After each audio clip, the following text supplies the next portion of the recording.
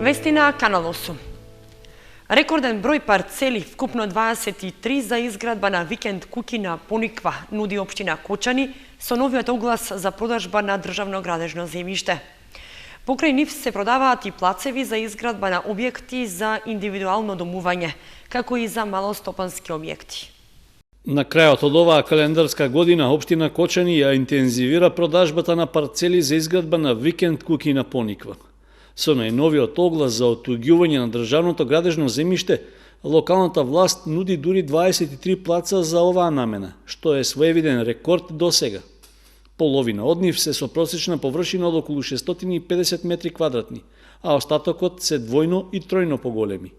Куриозитет на оваа објава за продажба е што една од парцелите е скоро 6 пати поголема од просечните, односно зафаќа површина од над 3600 метри квадратни.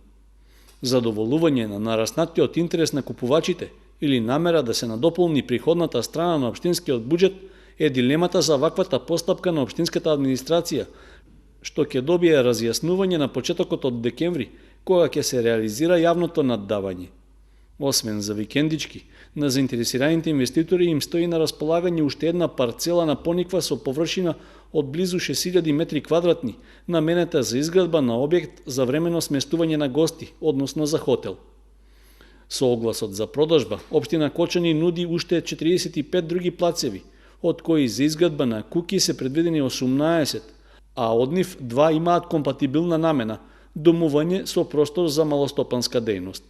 Површината на парцелите за домување се движи меѓу 140 и 490 метри квадратни, при што по 3 се наоѓаат на улиците Мишо Арсов, Крум Врнински и Ката Мокрејка, по 2 на улицата Илјо Андонов и во местноста Прокарка и по една на Орце Николов, Смилевски конгрес и Бранко Пендовски. Преостанатите 7 парцели што се нудат на продажба се наменети за лесна индустрија и мало стопанство и се наоѓаат во местностите Драчевик и Белски дол. Тие се со просечна површина од 1200 метри квадратни. Пријавувањето за учество на лицитацијата за продажба на сите плацеви трае до 24 ноември, а наддавањето за парцелите ќе се одржи од 30 ноември до 9 декември годинава. Општина Чешиново Облешево ќе аплицира со 3 проекти за добивање финансиска подршка преку Центарот за развој на Источниот регион. Во центарот на вниманието е реконструкцијата на сточниот пазар и бањата во селото Бања, како и современо сообраќајно поврзување со селото Рајчани. Локалната самоуправа на Чешиново Облешево ги изготви 3 предлог проекти што би се реализирали идната година, а за кои ќе бара пари од државниот буџет, што ги распределува Бирото за рамномерен регионален развој. Аплицирањето за финансиската подршка вообичаено се прави преку Центарот за развој на Источниот плански регион, а главен акцент во проектите е ставен на подобрувањето на инфраструктурните услови. Една од намерите на општинската власт е да се реконструира сточниот пазар во Облешево, како и да се подобри сообраќајната поврзаност на регионално ниво. Подобрување на условите на овој регионален пазар, кој е специфичен за овој и можеби единствен во источниот крај, ќе се подобрат условите за хуман третман на животните, а со тоа ќе се зголеми и конкурентноста на пазарот и подобрување исто така на условите на земјоделците од овој крај.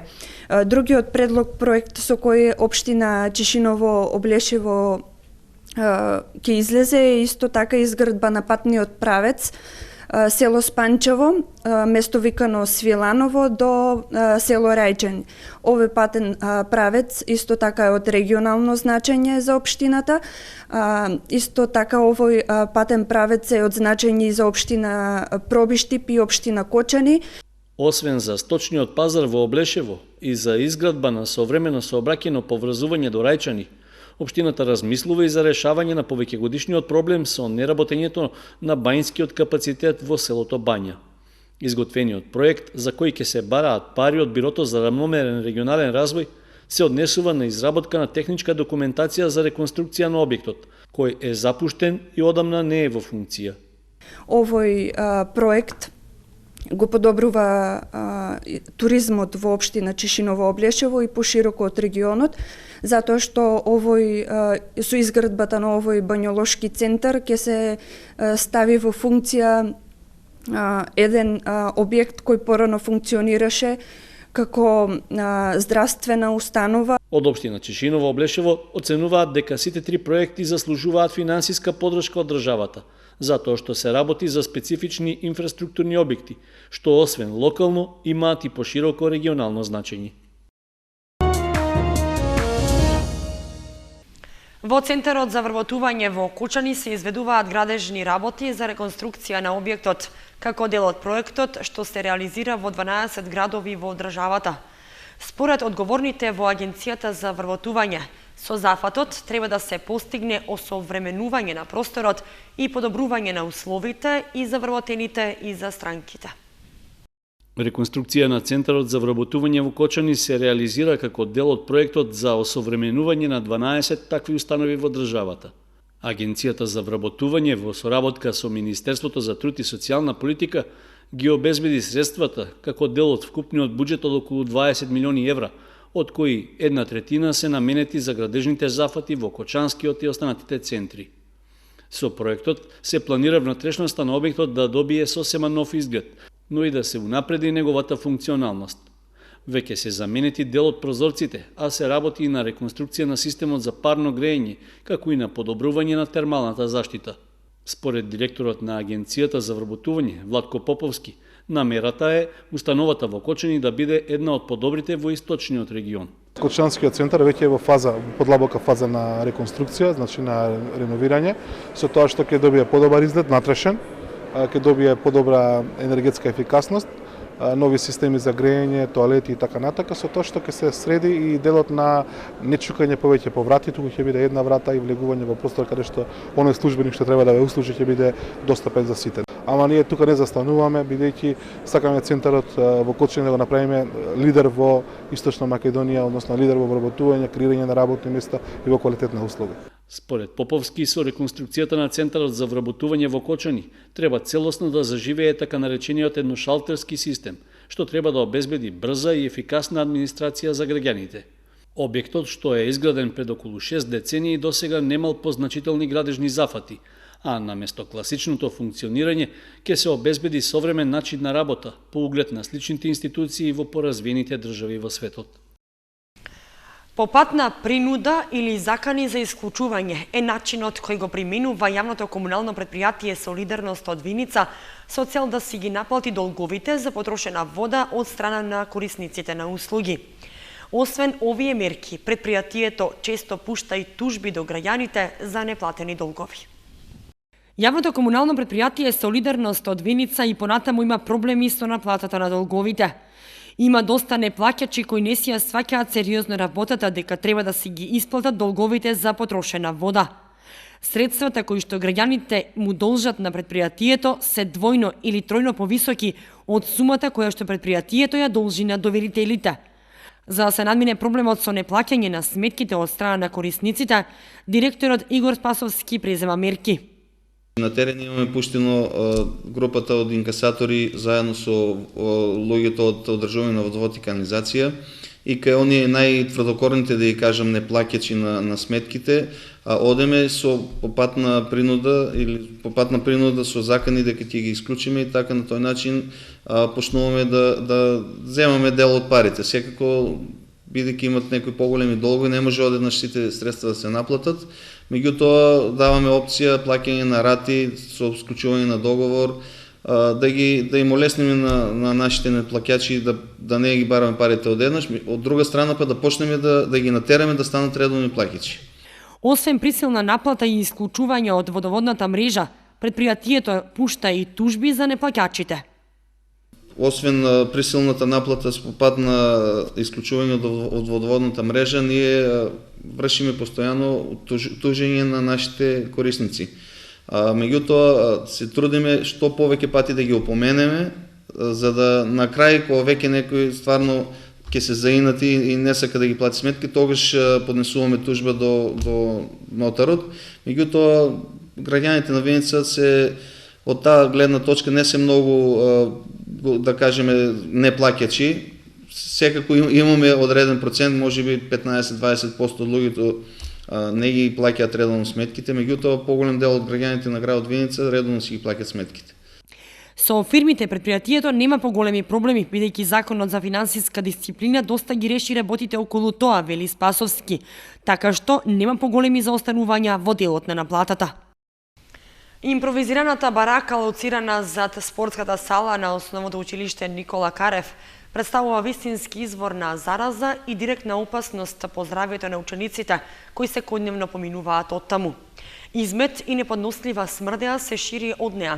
Од менаџерскиот тим на училиштето вела дека истата требало одамна да биде урната, паралелно со изградбата на спортската сала. Внатрешноста на заградениот простор, импровизираната барака лоцирана за целата на основното училиште Никола Карев, представува вистински извор на зараза за минувачите. Со оглед на локацијата каде што се наоѓа и она што може да се види внатре и да се почувствува неподносливата смрдја кога се поминува оттаму, самото покажува колку може да представува извор на зараза. Ако се земе предвид дека оттука често поминуваат луѓе од кои 90% се деца кои одат и се враќаат од училиште, сериозно треба да се размисли за преземање мерки да се дислоцира или евентуално да се тргне оттука тој непотребен заграден простор кој нема никаква функција, освен за фрлање отпадоци и измет од луѓе и животни. Граѓаните кои секојдневно поминуваат оттука бараат итно решавање на проблемот. Мислам дека треба ѓуброто да биде собрано, за да нема зарази повеќе, има мали деца, има големи. Ѓуброто мора да биде ностоп соберено. Тамо треба да биде чисто, средено, како што треба, за да нема зарази пред децата. Од секакви зарази може болести да се онарат, секакви болести има пред децата. Да биде чисто. Од тука секој ден минеме со децата, многу мирише, стварно многу мирише. Што треба да се преземе? Па треба да се чисти, да се сечеваат треба од тука, да биде како што треба, да нема ѓубре. Може тоа да се сруша таму, пошто има измет да децата минат од таму и не е добро за децата. Тоа не е уред. Тука да има клозет, а децата минат, има смрдљава, тоа не е уред. Може да биде извор на зараза, треба да се преземат мерки, да си има инспектор, да си има инспекција, да си презема таа дужност, да си има тука човек кој ќе може да работи како што треба. Директорот на основното училиште Никола Карев за Канал 8 изјави дека таа така наречена баракичка требало да биде срушена одамна, паралелно со изградбата на спортската сала, и дека училиштето и понатаму како и досега редовно ќе интервенира да се тргне истата, и тоа набрзо ќе биде направено со цел заштита на учениците и воопшто на минувачите.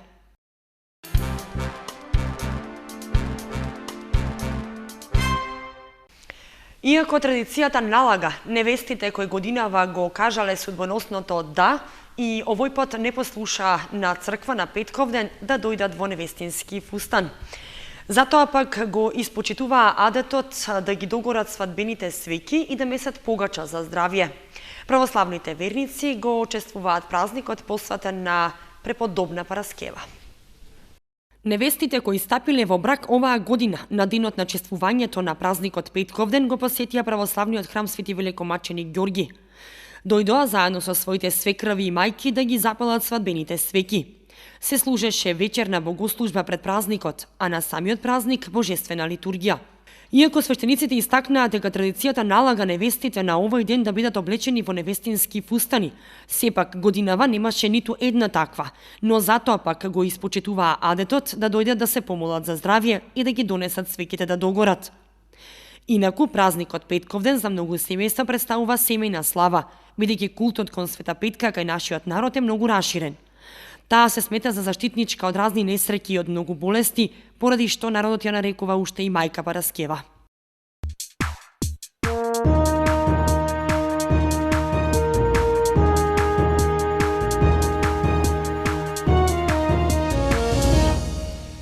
И за крај информацијата од спортот.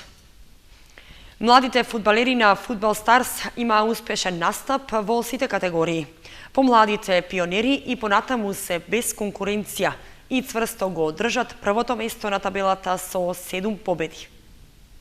Најмладите членови на Фудбал Старс и понатаму не знаат за пораз во настапите против своите врсници во регионалната лига за помлади пионери Североисточен регион. На гостувањето во Крива Паланка му ја наполнија мрежата на домакинот премиер, не оставајќи му можност да ја загрози нивната висока победа.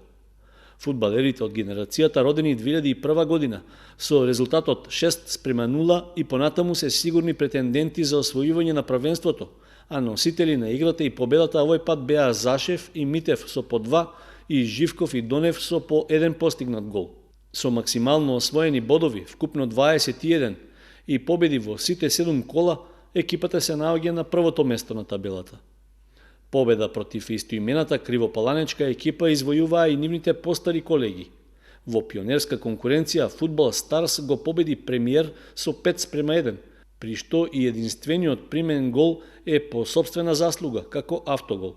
Со оглед што противничката екипа се наоѓа на последното место на табелата без ниту еден освоен бод, таа беше лесен плен за гостите од Кочани, кои успеа да ја постигнат својата прва победа и да ја поправат гол разликата. Сепак, со само една победа и 2 нерешени средби во изминатите 7 кола, тие и понатаму се предпоследни. Одлична игра и победа забележаа младите спортисти на Фудбал Старс и во другите категории. Во детската лига Источен регион се одигра 6-то коло, а кочанските фудбалери му гостуваа на Рудар Јуниор во Пробиштип. Генерацијата родена 2003 година победи со 3:0, генерацијата 2004 со 3:2, а најмладите родени 2005 година обезбедија победа од 4:1. Во Општинската лига Кочани пак се одигра 4-то коло, во кое Фудбал Старс на домашен терен се сретна со Злетовка 2015. И покрај водството на нашите фудбалери во првото полувреме, на крајот надпреварот заврши со нерешен резултат 1:1.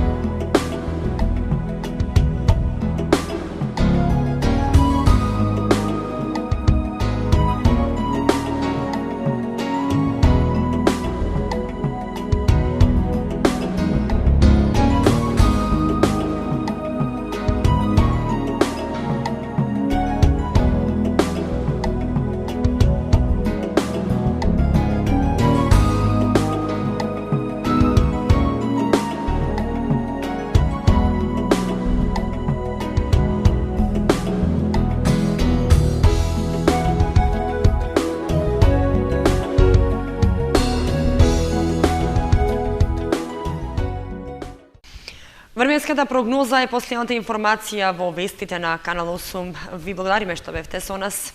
Имајте убава вечер. Довидување.